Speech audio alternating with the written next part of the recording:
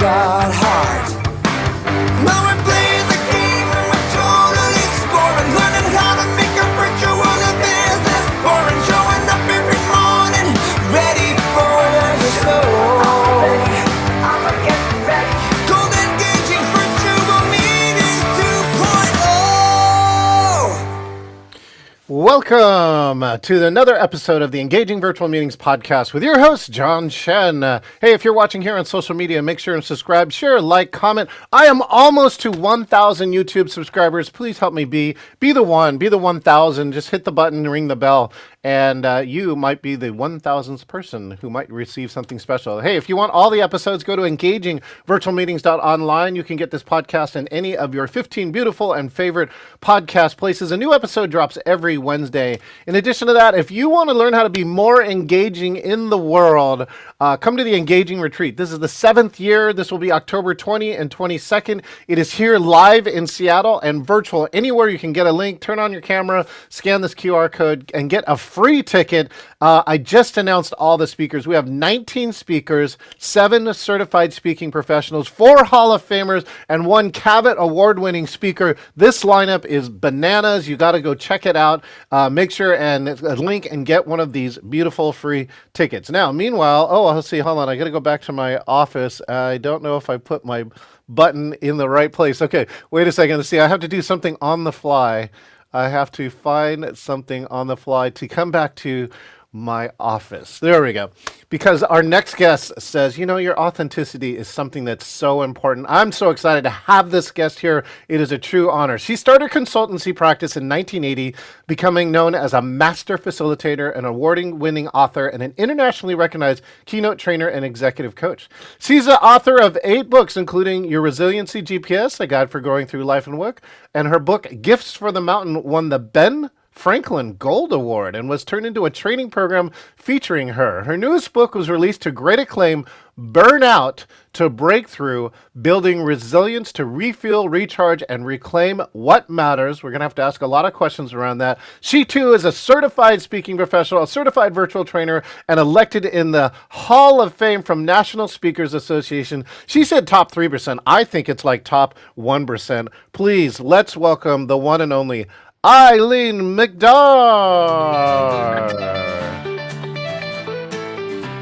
Oh, hold on a second. Eileen, I gotta give it. Eileen's walking a long way to the stage. There she is. How you doing, Eileen? I feel like I'm supposed to be going like this, Well, we do have a dance contest for the walk-on music, right? We have a number of speakers who, if that's you, you do you. I could do it. I could do it. Thank you, John. And you can come travel with me anytime you give glorious introductions. Oh, my goodness. That's. I'll just walk around. I'll be like, what is it? There was the Knight's Tale, right? I just walk around and introduce you. I'm like the hype person, Eileen. That works. Speaking of hype person, right? You're going to make a trip to Oregon about a new addition to the family. Is that correct? Yes. We have born July 9th, our first great grandson. Oh, wow. Well, okay, wait. Here, how about this? This is now you can dance. I'll dance anytime, any place, anywhere. That's a real problem. One time I was speaking and they had the Beach Boys is the band. Wow. And I'm in the back with the AV crew and the audience is just sitting like this. They don't even move. And I'm back there, I went, what's the matter with these people? And finally, Brian Wilson grabbed the mic and said, you guys can move. It was like, anyway. That guy was a genius. Speaking of geniuses, well, let's do a favor. Now, wait a second. Did you and I dance, I think, in the front of like Influence too, to the live band? Yeah. Probably. That's like a no-brainer. Okay. So a few of my friends don't know you, Eileen. Why don't you take this moment to introduce who you are and what you do in the world? Okay.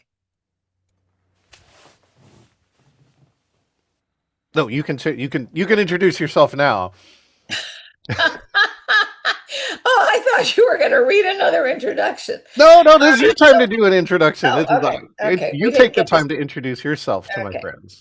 Well, as John told you, I have been in this business since 1980, which is really amazing because I'm only 21. Yes. I have no idea how that happened. And I became intrigued with this. My background is in education and always in communication. And the first thing that I did was I presented a class for continuing education at one of the community colleges just to see what it fly. And we got all these attendees. And so I thought, okay, well, I'm going to do another one. And, well, I did communication at the home and the hearth and the art of persuasion. And a meeting planner in the desert got a hold of the course catalog, sent it to her client, the Steel Service Center Institute out of Cleveland, Ohio. And she called me and she said, they want to hire you. Will you come into the desert? I went, oh, sure. She said, how much do you charge? I went, charge? I mean, John, this was so long ago. And we had just gotten married and I had adopted his 3 kids. We hardly had any money. And I said, $750. I'll call you right back. About 2 days later, she called back and she said, you're on.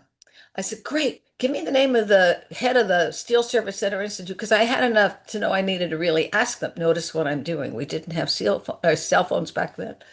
So I talked to this guy, and in the course of conversation, he said, "And we'll mail you your check for $1,500."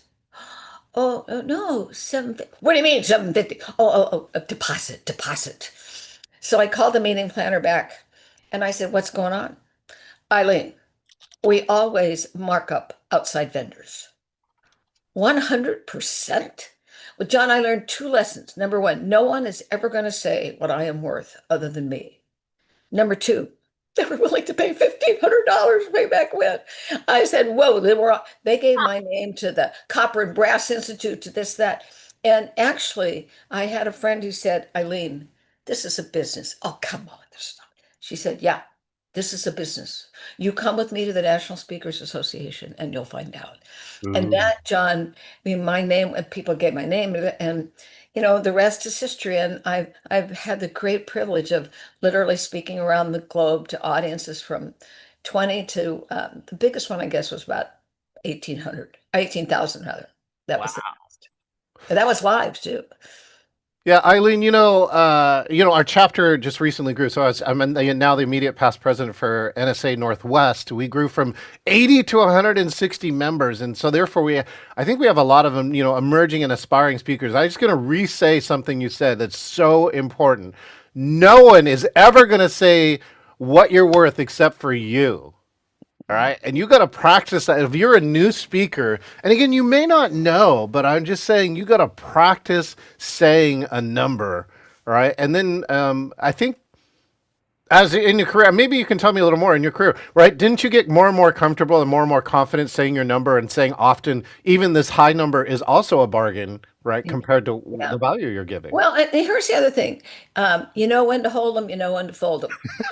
Right. True. Right? True. And there are times in which you're not the right match. I have turned business down, not because of the fee, but because I'm not the right speaker for you. I learned that early on when I was asked to do an after dinner speech. Let me give you a clue. You do not do this unless you are a stand-up comedian. And this is like the death knell of every Hall of oh my Famer, God. right? Well, the person who asked me had heard me do a straight communication. It's called dealing with difficult people. And I had all of us do this, do this, do this. He said, oh, well, they need to hear you. This dinner thing. First up, they started out with an hour open bar. Woo, And then here they we had go. bottles of wine on the table. Yeah. And then the president got up and spoke. I don't know. It seemed like it was 3 days he spoke. And then I got up. And John, I looked at them. I said, you know what? You guys don't need to hear me. You need to go home and get some rest. And I said, have a great evening. I did not speak. I said, don't pay me. It's not right. But it was just, I said yes. And John, I said yes when they asked me because, ready, I needed the money. Right. And sometimes that's the wrong reason to say yes. And Oh, yeah. thankfully, it didn't matter. It was horrible. And I learned such a lesson. And subsequently, I've had calls for that. I said, you know what? I don't speak after dinner, but I'll give you some names of people who are really good. I'll speak in the afternoon. I'll speak in the evening, but not after dinner. It happened here locally, here in Seattle, and yeah, and the content was more on this, something kind of neuro brain space, and but it was after dinner, and it was cocktails were served. Many people were slightly inebriated, and it is like a tough, tough crowd, and you gotta really. Well, I think number one is you gotta not take it if it's not you. Yeah. Well, that's what I said. You got to know when to hold them and you got to know when to fold them. And the second one, no, is if you do take it, you got to have a specific strategy, which is like, all right, they're not in for the neuroscience at that point. They're in for the fun factor if you are that person, Yeah. and you got to take that strategy. I mean, you can still sneak some education in there, but it's still got to be the primary thing. Has got to be something fun, Yeah. right? It is not the right thing for. No. For that. That's amazing. That's an amazing lesson and a tough lesson, right? I bet it hurt a little to look at that room, but I don't know. To get to this Hall of Fame level, right? You got to figure out your integrity, right? Your integrity level, Yeah. and I'm It sure does. that's what your inside voice was telling you. Going, don't say a Yeah. word here. It is. And I mean, now because of the world is so fractured, so hostile, so, Yeah. people are scared. This resilience has always mattered a lot. And I think, and I just decided I'm not going to chase the river anymore, John. Chase I the will do river. I that. love that. Okay. If the river comes to me and it feels right, I'll do it. And depending on the group, they hardly have any money. I don't care. Pay to get me there. What I have is valuable for you. And so you can see there's almost like a kind of a switch. Yeah. So this notion of fee integrity, to me, it's fee integrity that matches your sense of ethics and contribution. And I am about contribution. Yeah. Yeah. Absolutely. Absolutely, Eileen. You just and the amount of time, resources that you've given, and I don't know about your nonprofit work. I know a little bit about your military work, right? I think you've given an extraordinary amount to our armed forces. Is that correct? Yeah, I have. Yeah, both. And particularly, one of my favorite groups were the directors of nursing on bases around the world. And Mm. they gathered in San Diego. And I had I don't know, about 250 directors of nursing from bases everywhere. Yeah. And it was amazing because I could talk about their value and I could talk about it in relation to the fact that my mother flew for the military in World War II. Really? It's a Yeah. story few people know. Oh, you got to tell this story, a little Um, bit of it. all right, well, it was in the early 1940s. We're losing on all fronts. Yeah. Every able-bodied airman is required to fly military operations in the European and the Pacific theaters. But if the men do that, who's going to do the domestic military flying? Who's going to fly planes from coast to coast? Who's going to ferry planes for live ammunition, with towing targets? Yeah. Who will test them when they come off the assembly line? The call went out. Some 20,000 women converged on an air base in Sweetwater, Texas, Avenger Field. 1,762 women earned the same silver medals the male cadets did, except for some exceptions. They, number one, had to already have a pilot's license. Right. Male Uh-huh. cadets did not. They didn't. They had to pay for their way to the air base. Women did not. They had Yeah. to buy their own uniforms. Women did not. And Congress said, "Well, you just have to go do this. We'll decide later on. As we roll you into the military." When they were disbanded shortly before the war was over, Congress still refused, even though 32 of them died in the course of duty. Wow. But because they weren't considered official military, there were no benefits, and at least in one case, mother said they passed the hat to send the body home. Ugh. And Wow. when they were disbanded, women were not allowed back in the cockpits of military planes again for Oh, 30 years 30 years. in the late 1970s. And it Wow. was only then that women finally received these WASP, Women Air Force Service Pilots, got their honorable discharge papers. And I'm going to cry if I say this. I said, Mom, what does that mean to you that you had that? She was a test pilot, by the way, which was pretty dangerous. Yeah. She said, it means I can have a flag on my coffin. Wow. And she did. Wow. Wow. Uh, Yes, it only reminds me of a recent fact, right? I'm one of your allies. I'm just going to first say, like, I'm a member of Innovation Women. If you haven't seen Bobby Carlton's work, and the second one is that one of my clients, Ocean Spray, has gotten the first woman CEO ever in the history of the company. The company has existed since 1930. Wow. Wow. And it's an amazing story, and I've been privileged to tell it. The last group was about 500 men and women of all branches of the service, Yeah. and I was their closing keynote speaker. And let me put it this way: standing ovation, Yes. notwithstanding, there was not a dry eye in the house, and so many said, "I never knew their story." Yes. Yes. Eileen, one day, not today, right? I'm going to tell you another story that is around my family, which is called a paper son. Do you know what a paper son is? I don't. Yeah, and that's okay because Eileen, 99% of America, when I ask, has no idea. And the short version is like my grandfather came from China to America, Right. but there during the time it was 1882, the Chinese Exclusion Act had been passed. Oh, But there's a loophole in the law that says if you're the son of a merchant, somebody who's more educated, you're a naturalized citizen. So 1906, San Francisco has an earthquake, burns everything down, including the courthouse, which has the birth records. So they said everybody in town can come and get new birth records.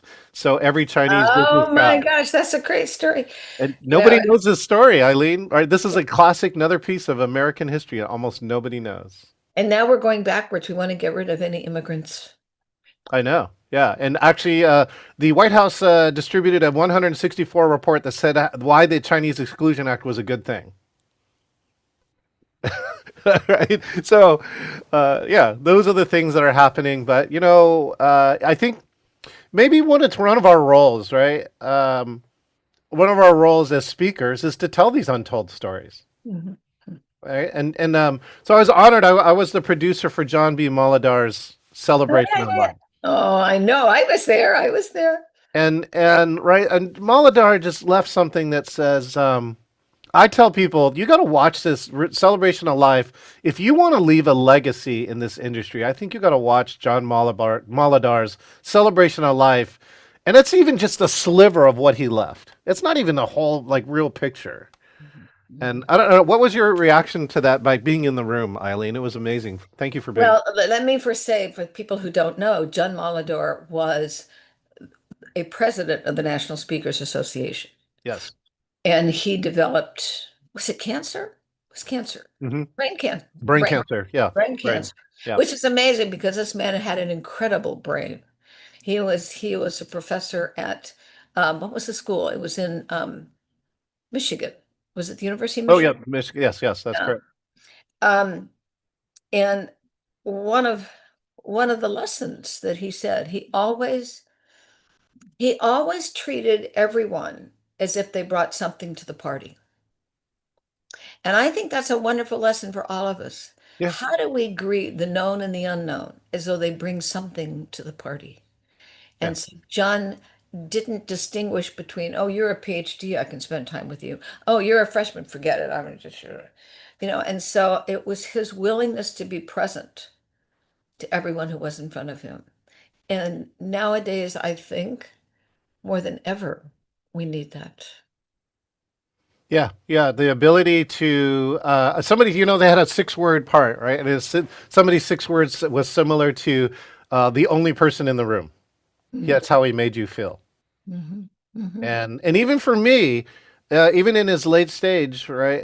In 2024, when I received my CSP in Denver, my family came out. So my girlfriend Donna, who I talked to you about, my sister Ruth, one of my cousins, and they came out. And so we were in the opening like the day before, the Friday night, and we're just hanging around the bar. And John took 2 hours to just sit down with us and meet my family and just talk with them. And Uh, I still can't forget that to this day. Like of that made course such not. an impact. Well, he was probably paying too. No, I had to throw that in. No, but it's when I talk with groups and Yeah. I talk about resiliency, the resilience is not going backwards. It's energy management. what gives you energy, what depletes your energy. And Mm, I think what gives us energy is when we connect with people, and it is connection. I always think we talk about how do I have conversations that matter and yeah, connections that count. yeah. And from that, I get energy. Well, I'm going to ask you about your new book, and I'll reflect. In the last three influences, I can tell you that all my high points had almost nothing to do with the presentations as much. Well, Ross's love note was a piece of work, right? Okay, and what I'm saying is that I remember. Even one of my own board members from Northwest, we had to travel all the way to Denver to have lunch together for 1 hour in front of that gigantic window that looked over all of the Denver plains, and it was just the two of us. And it was after I got my CSP, he texted me and said, "I want to have lunch with you," and he wanted to know more about the CSP. Because he saw me on stage and he goes, "I think I need to get this if I want to do anything in NSA." And so we sat down for an hour, and it was so memorable. My last one, this one in Austin, Greg, past president from NSA Colorado, and I just spent an hour at, like, I think it was 11 p.m. to midnight, and just had the completely 100% authentic conversation. And those are all my high points. So you talked about burnout, right, to breakthrough, building resilience. I believe resilience is one of your keywords. Refuel, recharge, and reclaim what matters. What was your inspiration or the guidance behind the book after your years of experience? Well, I write books for me first. Ooh, It, interesting. it's what I need to understand. Okay. And putting things from my head down on paper helps me understand. Yeah. And I'm watching my colleagues, I'm picking at what I read in the newspaper, and people were just feeling fried. And I thought, okay, I've been studying this for a long time. Can I write down a process? And that's what that book is about. It is about what is the process of remember it says from burnout to breakthrough. How do I make the breakthrough? Where is it that I open myself or I close stuff down so that I can build resilience? And by the way, this is not a one and done because things happen. I mean, all of a sudden something happens and your energy dissipates because of news, because of a death in a family, because my twin brother has some illness. I mean, so how do I recharge that? Um, And so that's really why I wrote that. It was when it came out initially in 2022, it was cited as one of the top 10 books on burnout for that year. Wow. Congratulations. And the good thing is that if you write for yourself and you don't have all kinds of um, stats that can become dated, the Yeah. book has no date. I mean, it will live for a long time, just like Gifts from the Mountain. 20 years from now, it's still going to be relevant. So anyway, so that's why I wrote it. And Oh, I don't know if you who your audience is for this, but maybe we should say that CSP is Certified Speaking Professional, and it is very hard to get. And you have to document when, where, how much in order to qualify. So it is a big deal. one of 700, right? And then your Hall of Fame is like one of 150 or so. And then I tell people that Cavett is like one of 47 now, right? Because our latest Shep Hyken, of course, congratulations to Shep. Yeah. And it just shows it shows a confirmation of whatever it is that you dedicated your life to. Mhm. And I was peeking around here. I don't have the right photo yet, but Eileen, you're going to love this one piece. I have a friend, Ariel Hazi, who presented last year. He has a company called NeuroSteer. And just by applying, right, a sensor to your forehead, you can actually do things like find out if somebody is stressed or not stressed. What's it do? While Change color? yeah, no, no, no. It reads into a computer and then has usually like three bars that will tell you, things. It's actually measuring over 150 different kind of brain waves. But what's great about it's measuring in real time. And so what was great, like Tim Gard was keynoting, and it showed that this person who was diagnosed and self-admitted ADHD, right? His drift is like off all the time. But when Tim makes him laugh, his focus and attention comes back and you can actually see the brainwaves, and then it stays there for a period of time. The other amazing fact is that he measured 46 CEOs at this other mastermind we were at, and all 46 registered as stressed as their baseline default state. And I thought that was amazing. One of the things that I do practice is some forms of meditation. And so he put on me and he said, now relax. And he was amazed about how fast I can actually change my own brain waves to a more relaxed state. And that training is actually what I do when I'm producing, for instance, right? Producing is a high stress environment. And so when stuff goes wrong, I have all these abilities and ways. It's like, okay, how do we stay calm so that I can make good decisions, even though stuff is not going right? That's really important. I know I start every morning with 20 minutes, well, with my coffee. beside me. I do get that. Yeah, I get that. But 20 minutes of quiet time, of meditation. Right. My husband laughs because he calls it my ding dong music. It's more like ocean waves and sound than ever, but it's just before you jump into all that has to be going on, just sit and breathe. It's a good practice. It's a very good practice. And I got the honor of hanging around a guy named Gacharan Singh Khalsa. He was the Kundalini expert. He was second to Yogi Bhajan. Like if you ever drink yogi tea, they owned those companies, and that's what funded the religion. And so he was an expert in meditation. He said this one thing that hasn't left me, right? That has stayed with me. Meditation is the one thing that when you invest time, it pays you back all day long. I like that. That makes a lot of sense to me. Right? Because if you don't do that, right, and then you have things happen that are panicky or right, or like, take you off center, then you don't have this insurance policy or the practice, I guess, right? And this is the hardest part. It's easy to be calm and relaxed when we're playing the ding dong music, right? But the key is, can you be relaxed when like it feels like everything is going wrong? That's true. And I know I need to practice that better because people all of a sudden go. Yeah. Right. And influence, for instance, is an environment, right? Is where anything like that can go wrong at any time, any day, because it's so loaded. All your friends are there. We're all speaking. There's all this AV. There's time pressure, and right. There's all sorts of stuff happening. So, John, let me ask you a question. Who sees this podcast?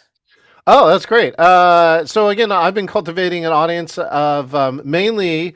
It started around team building. Right. So I've actually had a 20-year plus career in team building, but then the pandemic changed. So now, right, the real focus is anybody who meets virtually now is hanging out here. So I've gotten a lot of leaders, managers, and then now, of course, my involvement in NSA. We have lots and lots of speakers too who hang out on this podcast. Okay. Does that help? The reason I ask is you reference some things that if you're not a member of NSC, people have no clue what you're talking about. Of course.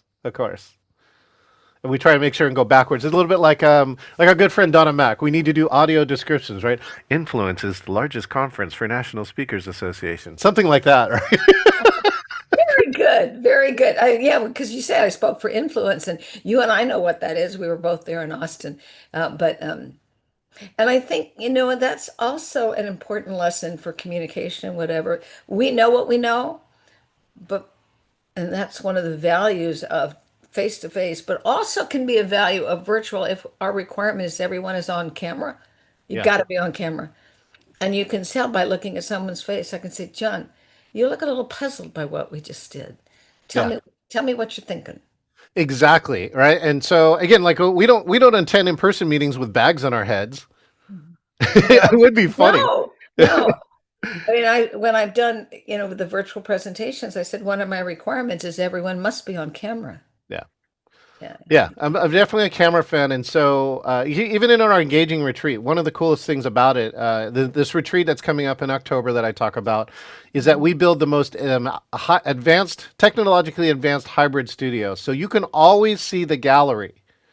So anybody who does have a camera, now we give an invitation, right, which says, we make a lot of asks to tell people to have cameras on, and we say it's for one, for the speakers, but two, it's actually for them, because two, for you, the speaker, you can get a read on the virtual audience of saying, are they confused or are they actually getting what I'm saying? The Mhm. second part is that we put large format chat. We actually dedicated an entire 65-inch television so you Wow. could see the chat. So when you're on stage, all you got to do is glance down and you can see the chat and you could say Wow. something like, oh, Brian Walter, oh, you chatted, that I don't understand. So let me take a moment and go backwards. Wow. Wow. That's cool. I'm gonna Yeah. have to make sure that's October 20th. 20, 21, and 22. And yeah, you can hop in virtual this year. And one day, Eileen, when you come see the kids too, we'll put you right. I'd love to have you in person here. And one of the parts too is why we're loving that Hall of Famers are coming here is that many Hall of Famers have told me they're avoiding hybrid like the plague Hmm. Hmm. because it's hard and Yeah. it's different. And if they don't have you managing the technology, John, I mean, it's been not good. Yeah, and we want And to give. Yeah. I was just gonna say, I mean, that's what you offer to your clients is you have the ability, you have the technology and the knowledge, two things, Yes. two very different things. You Yeah. have the technology and the knowledge to be able to create that and make that work, and also to handle any kind of glitches that happen. Because again, it's technology. So I think you're right. And that's probably why we kind of avoid it. But Yeah. COVID made us do this. Yeah. Although I got to say, who was it? There was a meeting. Was it a meeting planner? Or is it Sylvia? Maybe it was even Sylvie DeGusto on a recent podcast. There's a podcast called Speakernomics, which is free. You should listen to it. And she said something like that, was saying, right, hybrid, right? Hybrid right now is the fastest growing format. And she was just saying that like speakers got to pay attention to hybrid, or you will start missing out on a portion of business. Mm-hmm. So, Interesting. yeah. Interesting. Okay. I want to ask you a question about resilience. So I want you to go Okay. back to March of 2020. So we have somebody, right, who talks about resilience, right? You've been through a lot of things, and now you and I have that shared experience of going through March of 2020, the world's biggest pandemic. What happened to Eileen in March of 2020?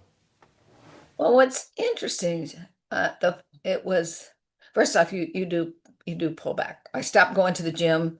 You wear all these masks. You try to figure out, obviously, just kind of communication is what everything was because I had every shot known to man. You do everything. Yeah. But what was fascinating is that the following year, there actually was a live, I was in person, and they were pharmacists from different countries, different, Okay. and here we are, we're in the second year of COVID, Yeah. and to talk about how do they operate and maintain this sense of forward looking when right now everybody's being blamed for everything else. It was a fascinating conference. Um, and they bought all my books, which was really great. Ta-da. But it was in Seattle, in fact. It was in Seattle. Wow. It was in Seattle, um, a city that I dearly love. Um, but so yeah, and it's going to happen. It's going to happen again. The other thing that's happening, John, and I think you've referenced it when you said, as hybrid is fast growing, it's Yeah. also the cost of right now, what it takes to bring people together for a meeting. It's Oh, not only transportation, hotel costs have just skyrocketed. Plus, while they've skyrocketed, they have diminished their human resource capacity. So yes. they're not staffed the way they used to be staffed because they're Yeah. trying to save money.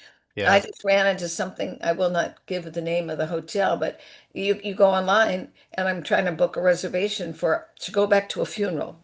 Mm. You can't do a funeral hybrid. Not for your 99-year-old aunt. You got to be there.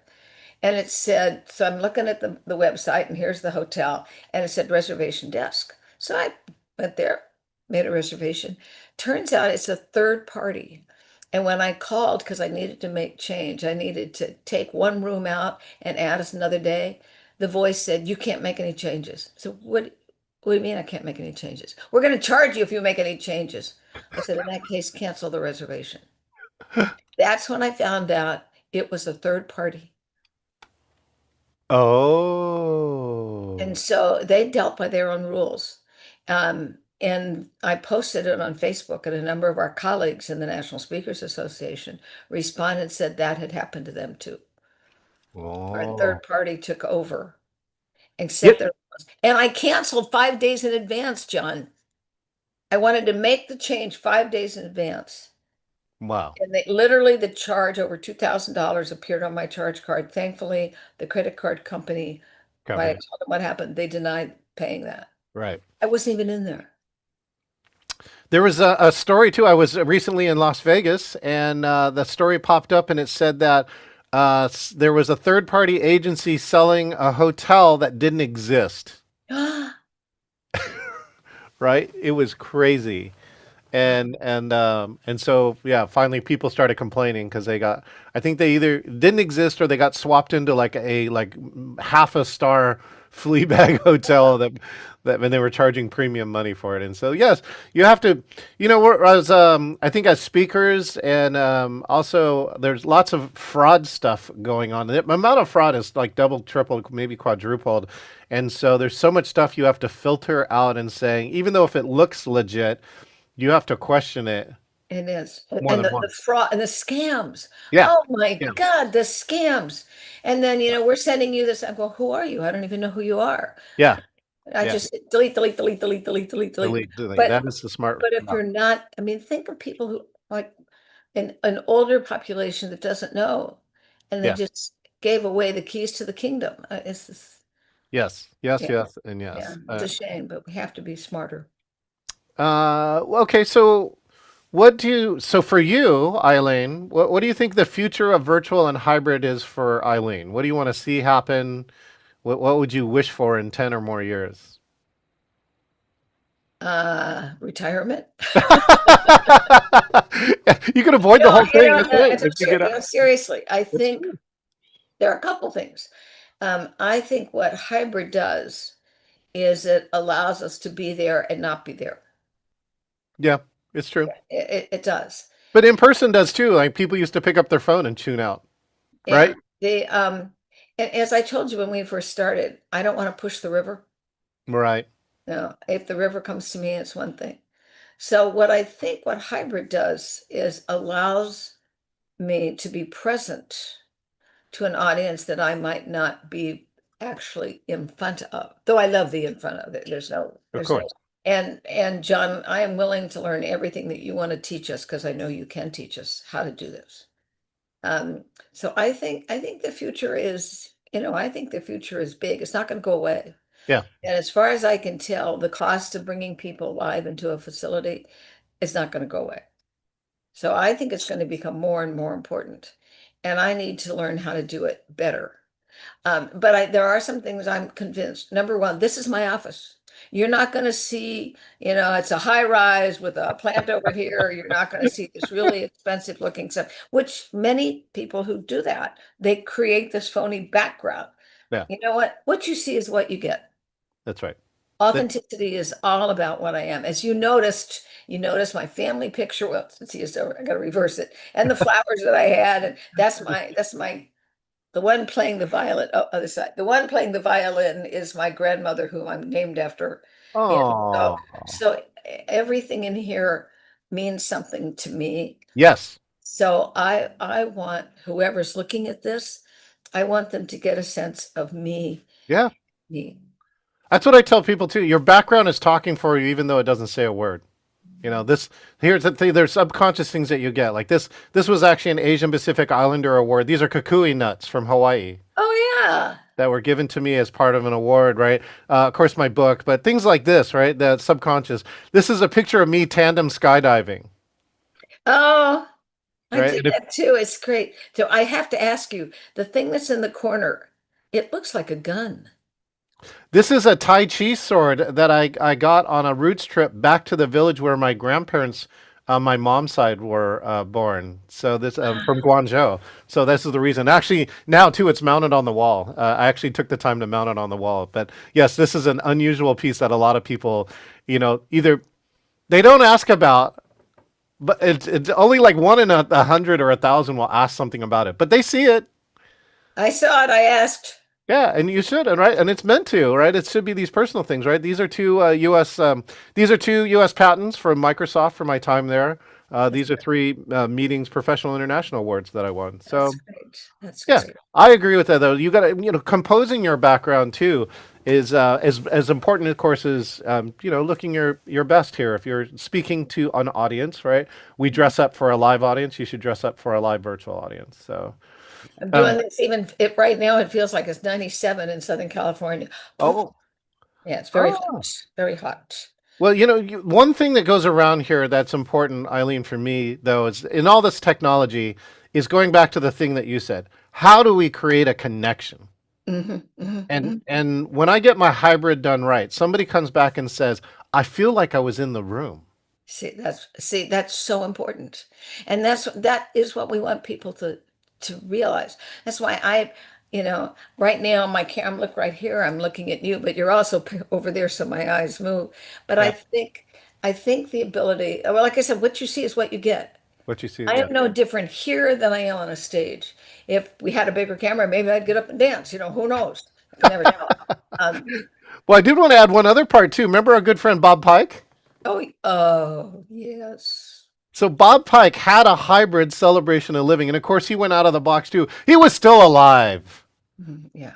He actually got to listen and hear to all these things, and that was something that was successful because things like he had spent a lot of time in Japan training people in Japan, and they embraced him.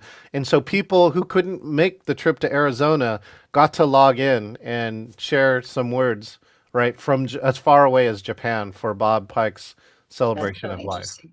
I, Yeah. I think of the line, I want to die while I'm living. Yeah. Follow Bob's. Even who was it? Kim Blanchard came in and they gave the opening prayer, right? And he called in from a cabin in the middle of nowhere because he's retired, and he says, "This is another great Bob Pike idea. I'm gonna steal." He's a good man. I also worked for his organization early on. Oh, the The Kim woman who was Blanchard company. Yeah. yeah, I took 1 minute manager Yeah. and situational leadership across Canada on their Wow. behalf. Yeah, Wow. I did not know that. Huh. yeah, it's great. It's great. Well, our time's coming to a close, but we were into this beautiful new section that I built into this podcast. It's called the speed interview, right? While we've been chatting, I've been writing questions down, and so if you're okay with it, I'm going to ask you a few questions. Go for it. I'm going to ask you to see if you can answer them as fast as possible, and I'll play Okay. some ridiculous sound after you answer. Okay? Okay. Okay. Okay. First question: best thing in your multi-decade career? My husband. Oh, weirdest thing that's happened while speaking? When the microphone battery long ago fell off and was hitting me at my feet. And so I picked it up and went, well, now what shall we do with this? As an AV person, I'm horrified. I love it. Okay. A moment you knew you were guided. I was guided. Yeah. Wow. I I I guess it was when I held my mother for the last 8 hours of her Oh. life. Oh. And it was exactly what I needed to do.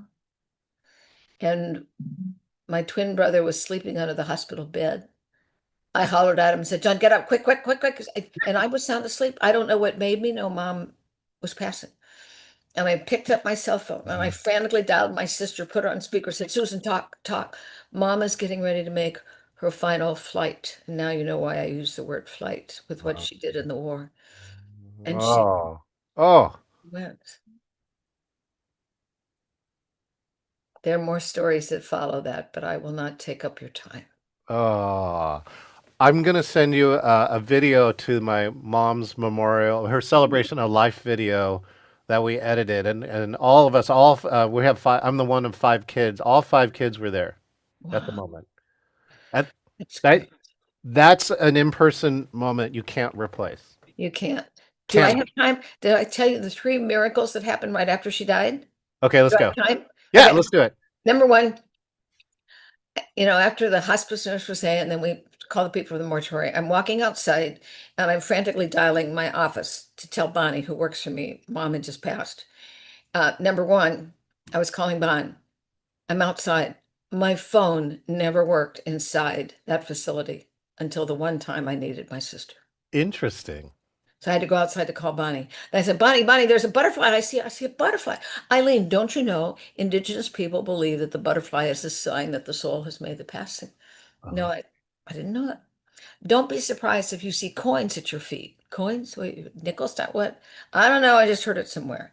So later on that day, my twin brother and I are walking down to the beach where I live, to a bluff top. And I'm telling him about the butterfly. And I look down. There was a quarter at my feet. John, I've never seen any money there. I picked it up and I said, okay, Mom, you got the twins here. Now all I need are 2 whales going south. We got to the bluff top. There were 2 whales. Wow. I've ever seen them. Wow. So when we think it's a period, it's a comma. Yeah. Oh, yeah, that's a whole keynote right there. Thank you for sharing. That's You for those are, giving me the space to do that. that is the space that everybody needs. Okay, next question. When was the last time you chased the wrong river? Oh, and I chased the wrong river. Well, probably when I was the after dinner speaker for a group of drunks. And Oh, you- I did it, John, because I wanted the money. and now you know. No, You've never done that again. never, ever. Yeah, okay, genius.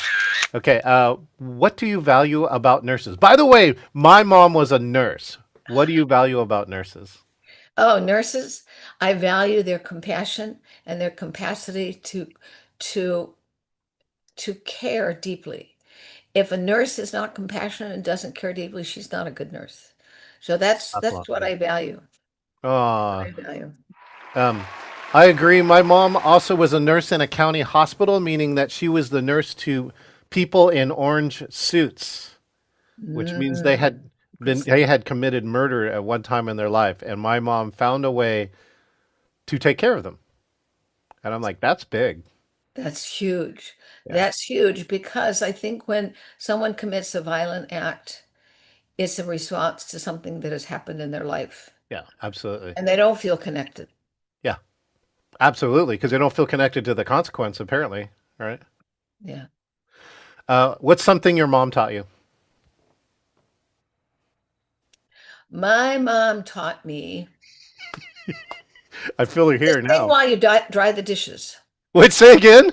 To sing while you dry the dishes or when you're on a car trip. Oh, I And love that came that. to me, John, when my brother and sister just less than a couple weeks ago were back for my great aunt's 99-year-old funeral.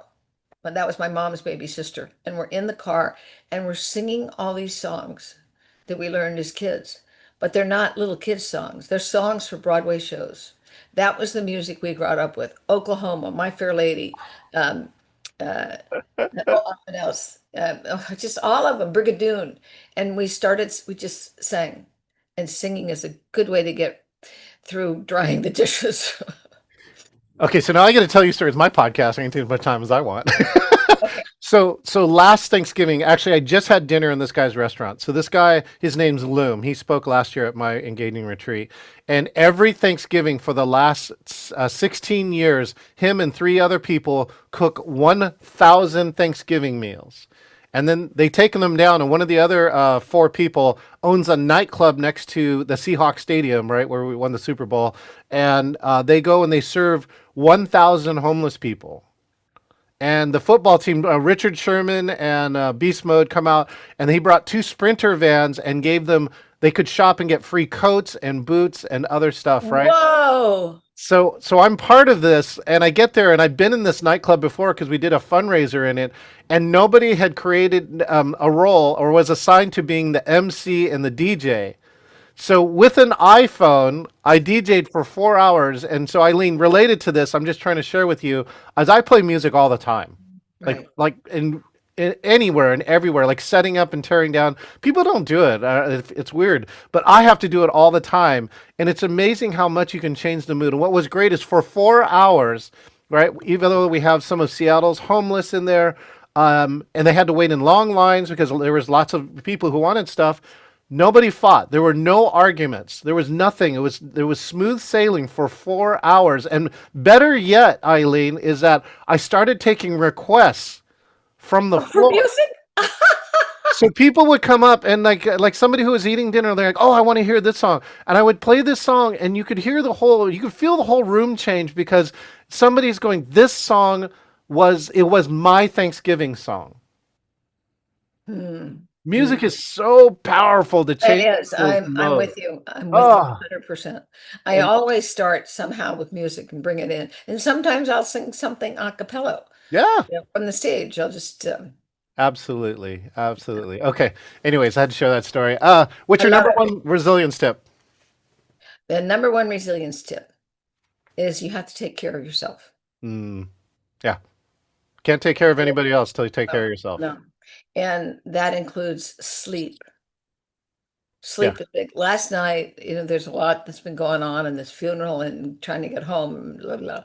Anyway, last night was the first night I finally got 8 hours sleep. And so I'm alive now. I can And be you can feel that, resilient. yeah. I can, yeah. I just came off a 24-day road trip, and like prioritizing sleep is really key. And when I do get short, right, when you get the, I use a sleep app, and so I get a score of like 0 to 100. And when I score a 99, you can definitely feel the difference in the next day. So I Yeah. totally agree. Yeah. All right. And then the last question, Eileen, as it's time for us to go, is if you could magically get people to remember one thing from this podcast, we talked about a lot of things, but magically remember one thing, what would you want that one thing to be?